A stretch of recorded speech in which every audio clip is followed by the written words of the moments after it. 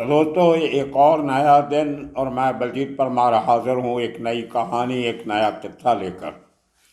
आज आपको वो किस्सा सुनाएंगे जिसमें बहुत सालों से एक असमंजस बना हुआ है कि कौन था वो शख्स। एक नाम की दो कहानियां अंडरवर्ल्ड में 1980 के दशक से चल रही हैं। दोनों की बैकग्राउंड एक जैसी है, नाम एक जैसा है, शुरुआती दिनों की कहानी एक जैसी है, लेकिन किस्से दोनों के अलग अलग हैं। और वो शख्स है बाबा रेड्डी, जिसको बाबा अजीज रेड्डी भी कहा जाता है। अब ये एक ही नाम के दो किस्म की बैकग्राउंड अभी तक चल रही है, अंडरवर्ल्ड में भी और पुलिस की फाइल्स में भी। ये समझ में नहीं आ रहा कि ये दो एक ही नाम के दो आदमी कैसे हो सकते हैं और कितनी सिमिलरिटीज हैं और उनके किस्से क्या हैं। ये बात आपको आज सुनाएंगे। एक बाबा रेड्डी का किस्सा ये है कि वो हैदराबाद का रहने वाला था। हिंदू परिवार में जन्म लिया। बाप उसका छोटा सा काम करता था, कहीं इतने पैसे नहीं थे, तो कहीं से जो गरीब लोग बच्चों की कुछ संस्थाएं मदद करती हैं, उनकी वजह से वो आदमी ने IIT, इंडियन कोई वो जो industrial training, ITI industrial training institute Hyderabad से, उसने वो मैकेनिक का कोर्स किया। थोड़ी देर कहीं पे उसने इलेक्ट्रिक मैकेनिक की नौकरी की, लेकिन बात बनी नहीं। कुछ सपने बड़े थे, कुछ बड़ा आदमी बनना चाहता था। उन्हीं दिनों में उसी कंपनी में जहाँ ये काम करता था इलेक्ट्रिक मैकेनिक का, इसकी दोस्ती होती है तीन मुस्लिम लड़कों के साथ, मोहम्मद अजीज और दूसरे का नाम कुछ और इस किस्म से। मुश्किल के टाइम पे उन लोगों ने इसकी मदद की और आगे चल के ये आदमी ने इस्लाम कबूल कर लिया और अपने उस दोस्त के नाम से ही अपना नाम अजीज रख लिया, अजीज मोहम्मद। लेकिन क्योंकि ऑलरेडी बाबा रेड्डी के नाम से मशहूर था, इसलिए नाम के साथ जुड़ गया अजीज बाबा रेड्डी, जब बाबा अजीज रेड्डी। अब ये मुस्लिम बनने के बाद ये आदमी उन दोस्तों के साथ मिलकर छोटे मोटे क्राइम करने शुरू किए। उन्हीं दिनों में 91-92 में हैदराबाद में कानूनी जो जुनूनी दंगे होते हैं, रिलीजियस राइट्स जो हो जाते हैं, धर्म के नाम के दंगा फसाद होता है, उसमें ये दोस्त मिलके एक लोकल गोन, हुडलम जिसको कहते हैं, गली का दादा एरिया का, जिसका नाम था बालन, उसका मर्डर कर देते हैं। और ये उस शख्स का, अजीज बाबा रेड्डी का, जिंदगी का पहला मर्डर था जो इसने खुद अपने दोस्तों के साथ मिलके किया। अब जैसे होता है कि आप जब इस किस्म का काम करते हो तो पुलिस तो पीछे लगेगी लगेगी। अब पुलिस का प्रेशर बढ़ने लगा तो इस शख्स को काफ़ी दिनों के बाद अरेस्ट किया गया। उसके बाद में बेल पे आके इस आदमी ने दो लोगों का और मर्डर किया जिनसे फिरौती मांगी थी और उन्होंने दी नहीं। उसके बाद फिर पुलिस का प्रेशर बढ़ा तो ये आदमी फारूक मोहम्मद नाम के एक नकली पासपोर्ट से फ्लाइट पकड़ के हज करने के बहाने सऊदी अरबिया चला जाता है और 5 महीने वहाँ पे रहने के बाद वापस आता है, ये समझ के क्या मामला ठंडा हो गया होगा। लेकिन हैदराबाद में अभी उसका रहना मुश्किल हो गया था। तो डील डॉल अच्छी थी, बॉडी बिल्डर किस्म का आदमी था, थोड़ा डेयरिंग भी था। अब 3 मर्डर कर दिए, डेयरिंग तो होगा होगा। तो ये आदमी हैदराबाद छोड़ के अपने दोस्तों की मदद से मुंबई आ जाता है। यहाँ पे आके कुछ बार्स में, मुंबई आके कुछ डांस बार्स में बॉडीगार्ड का काम करता है। एक बड़े होटल, इसी किस्म की बार होटल के मालिक का भी बॉडीगार्ड बन जाता है और ऐसा ऐसा अंडरवर्ल्ड के टच में आ जाता है, क्योंकि ऐसे जो बीर बार उस जमाने में थे उनमें से काफ़ी सारे लोगों का डायरेक्टली या इनडायरेक्टली किसी न किसी अंडरवर्ल्ड के गैंग के साथ रिश्ता होता था, उनके अपने प्रोटेक्शन के लिए या उनको पैसा देने के लिए। वो करते करते जिस शख्स दाऊद गैंग के टच में आता है 80s, लेट 80s में, 88-89 में। और टच में आने के बाद इसकी बातचीत छोटा राजन से होती है और छोटा राजन के करीबी हो जाता है। इतना करीबी होता है कि 93 में जब छोटा राजन दाऊद को छोड़ के 94 के बिगिनिंग में अलग हो जाता है, तो ये शख्स भी अपनी जो लॉयल्टी होती है वो दाऊद को छोड़ के छोटा राजन के साथ मिला देता है। तो काफ़ी साल इधर उधर घूमने के बाद जब छोटा राजन कभी कंबोडिया में, कभी लाओस में, कभी किधर, तो वो भरत रेड्डी को अपने पास बुला लेता है, बाबा रेड्डी को। तो ये इनका वहाँ से मिलना जुलना शुरू होता है। पासपोर्ट इसने शायद भरत रेड्डी के नाम पे बना लिया। कलकत्ता से ये आदमी चला जाता है बैंकॉक फ्लाइट पकड़ के। उसके बाद वहाँ से भी इसको कुछ भागना पड़ता है, तो ये सब वहाँ से निकल के सिंगापुर से एक क्रिश्चियन नाम का पासपोर्ट बनाता है, कॉटिनो नाम का, पर कटिनो फर्नांडो इस किस्म के नाम का। तो 2000 में जब छोटा राजन के ऊपर फायरिंग होती है, तो ये वहीं पे छोटा राजन के पास बैंकॉक में मौजूद था। उसी की वजह से इसकी दोस्ती संतोष शेट्टी के साथ भी होती है, जो छोटा राजन के साथ उस समय था। तो इस करते करते ये आदमी कुछ 2000 के बाद जब संतोष शेट्टी की छोटा राजन के साथ कुछ मुंह मुटापा होता है, तो ये आदमी अपनी लॉयल्टी राजन को छोड़ के संतोष शेट्टी के साथ मिल जाता है और इंडोनेशिया में एक इंडियन मंदिर करके इस किस्म का कोई एक रेस्टोरेंट खोला वहाँ पे। उसके पहले ये छोटा राजन के साथ मिलके उसकी एक मैट्रेस की फैक्ट्री भी चलाता रहा। ये एक कहानी अंडरवर्ल्ड में मशहूर है। उसके बाद ये आदमी वहाँ से जब संतोष शेट्टी के साथ भी कुछ बिगड़ती है तो वापस इंडिया आ जाता है। आके फिर वही काम अपना एक नया गैंग बनाता है, बी गैंग, जैसे डी गैंग, CR गैंग, ये अपना बाबा रेड्डी गैंग, अजीज बाबा रेड्डी गैंग, ये हैदराबाद में आके बना लेता है। कुछ नए लड़के साथ में रखता है और फिर किसी से 10 लाख मांग लिया, किसी से 15 लाख, करते करते 7-8 केस। एक और शख्स को मारने के चक्कर में उसको इंजर्ड कर देते हैं और वो आदमी बच जाता है और बयान देता है, इनके खिलाफ कंप्लेंट करवाता है। तो बी प्रसाद दा रेड्डी उस समय पुलिस कमिश्नर थे हैदराबाद के। उन्होंने एक स्पेशल टीम बनाई और इस शख्स को पकड़ने का जिम्मा दिया गया। एक रात 11 बजे के करीब रात को जुबली हिल एरिया हैदराबाद में, जहाँ पे बड़े बड़े फिल्म इंडस्ट्री के लोग रहते हैं, फिल्म नगरी भी कहा जाता है उसको, फिल्म नगर का नाम है, वहाँ से इस आदमी को स्पॉट किया जाता है। इसके साथ 2 आदमी और होते हैं और जैसे इनको एक गाड़ी से उतरते हैं तो इनको चैलेंज किया जाता है कि पुलिस के हवाले कर। तो जैसे बहुत पुरानी कहानी है कि पुलिस ने सरेंडर करने को कहा और आरोपी ने आगे से गोली चला दी। इसके पास एक 9mm का पिस्टल था जिससे इसने पुलिस पे फायरिंग किया। ये पुलिस का वर्षन है। और उसके जवाब में पुलिस ने जब गोली चलाई तो बाबा रेड्डी, अजीज रेड्डी को मार गिराया गया और 2 आदमी अंधेरे में भागने में कामयाब हो गए। जो 2008 की फरवरी की बात है। ये तो एक किस्सा हुआ एक बाबा रेड्डी का, अजीज बाबा रेड्डी का। अब दूसरा किस्सा, इसी किस्म की कहानी सारी शुरू से। हैदराबाद में एक लड़का हिंदू परिवार में पैदा हुआ, बाबा रेड्डी नाम रखा। वो 9th क्लास में स्कूल छोड़ देता है। अब पहला जो बाबा रेड्डी है वो ITI इंडियन टेक्निकल इंस्टीट्यूट, क्या कहते हैं, इंडस्ट्रियल टेक्निकल इंस्टीट्यूट। और ये दूसरा बाबा रेड्डी 9th क्लास का ड्रॉप आउट बताया जाता है। मुंबई आता है, मुलुंड के किसी इलाके में एक बियर बार में काम करता है। वहाँ से किसी शिवसेना के लीडर का बॉडीगार्ड बन जाता है। लेकिन कुछ अजीब किस्म का फतूरी आदमी था।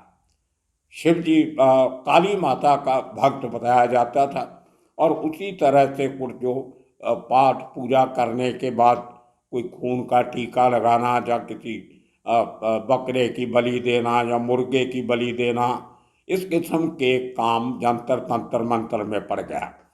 और उस चक्कर में जानवरों को मारना और उनका खून पी भी जाता था, माथे पे भी लगा लेता था। इस किस्म के काम करने लगा तो दहशत बहुत हो गई इसकी, लोग डरने लगे। तो इस आदमी ने उसी चक्कर में काफ़ी लोगों से पैसे वैसे मांगे, गैंगस्टर से मिला, छोटी मोटी चोरी चकारी करना। तो ये इसका काम मुंबई में शुरू कर दिया।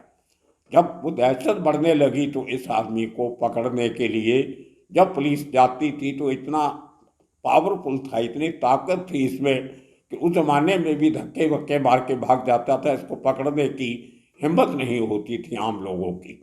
तो कहा जाता है कि क्राइम ब्रांच के स्पेशल ऑपरेशन स्क्वाड ने एक बार इसको पकड़ लिया।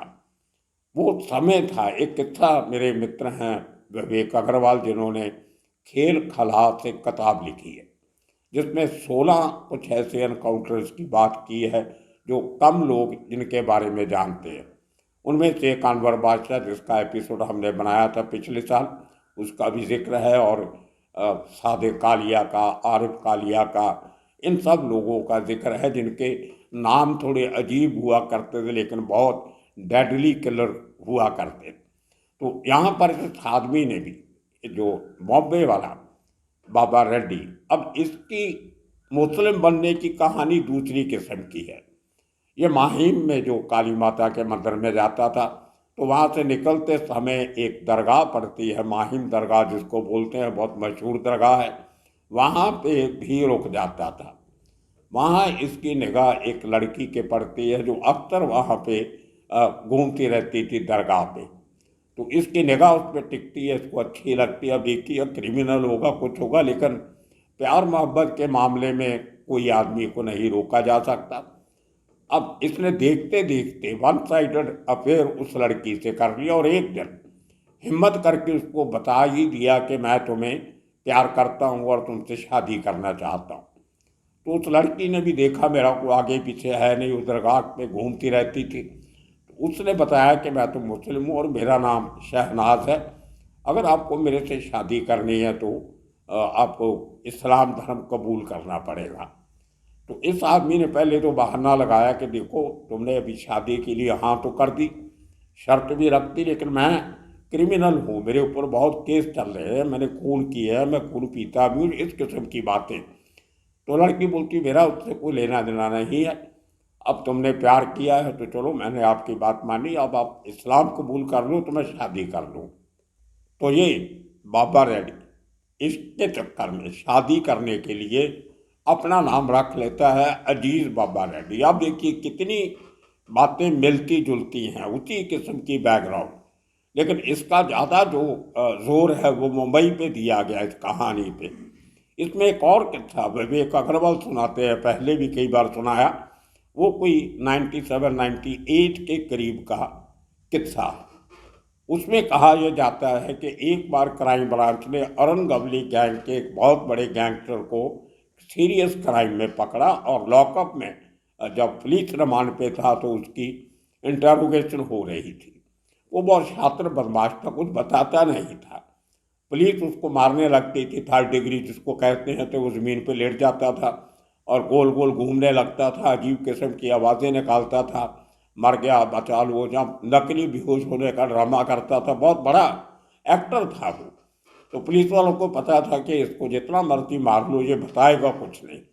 ऐसा ही हुआ उस सीरियस क्राइम में जिसमें को बड़े लोग इन्वॉल्व थे, उस आदमी ने अपना मुंह नहीं खोला। और उन्हीं दिनों में इस अजीज बाबा रेड्डी को SOS जो स्पेशल ऑपरेशन स्क्वाड था क्राइम ब्रांच का, उसने पकड़ लिया। जैसे ही उसको क्राइम ब्रांच लेके आई, कहा जाता है कि 12 कमांडो इसको पकड़ने के लिए गए थे, इतनी इसकी दहशत थी, सब के सब आम।